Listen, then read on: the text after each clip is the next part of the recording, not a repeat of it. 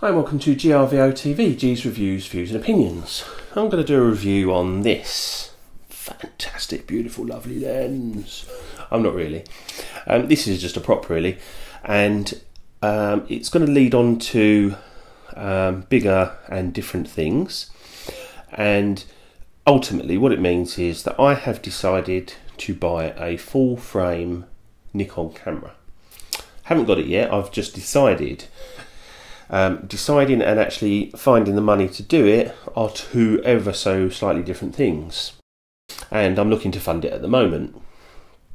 But I just want to put it out there because I have done videos before saying I have no reason to change to full frame. My photography, I certainly don't need it. My D7000 at the moment, I've got good lenses on it, and it does everything I need.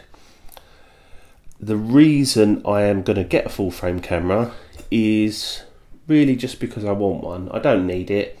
I've just decided that I'd like to give it a try. And bearing in mind the YouTube channel that I have, I feel that I should try so that I can make a more informed sort of comment on whether or not you should or other people should go from a crop sensor camera like the Nikon D610 up to the bigger sensor.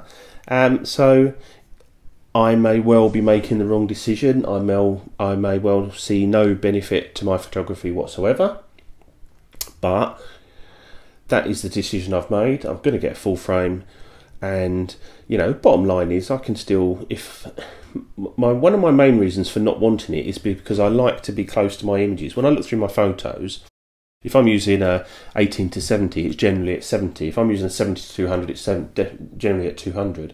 I don't very often use the wide. Not to say that I never do, but not very often. So I like to be close to my subject, and I like tight shots. And by having a crop sensor and a 200mm lens, that's equivalent of 300, so I am getting that. So I'm going to lose that. But in my own mind, I'm thinking, well, okay, I might have to move closer. If I can't, I may have to crop a few images. But ultimately, I just feel that as someone who puts himself out there to review and give my opinions on different things, I don't think it's entirely right for me to say I don't think you should go full frame when I haven't done it myself. So I'm going to bite the bullet, I'm going to strump up the cash, and I'm going to do it. I'm going to get the Nikon D610 because I've had a test of a D800, and I was going to do a video review on it, and I did it. But I sort of cocked up the review and then gave the camera back. And I didn't want to put the review out there because it was rubbish. But essentially the D800 was not the camera for me. It was just too slow and too big and too heavy.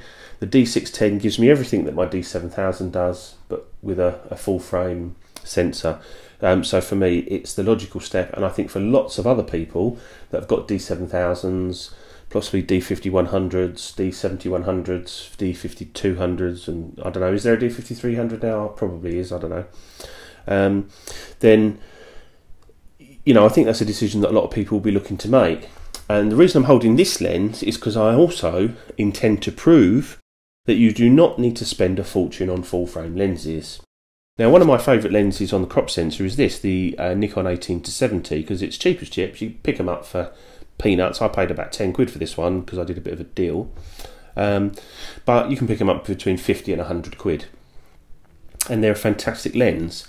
Now the equivalent on the full frame is the 24 to 85 non-VR, and that's basically the same lens as that but for full frame, and that's the one I intend to get. That's about 150 quid, but initially I've got this, which was an old kit lens, I think, with some of the old Nikon film cameras.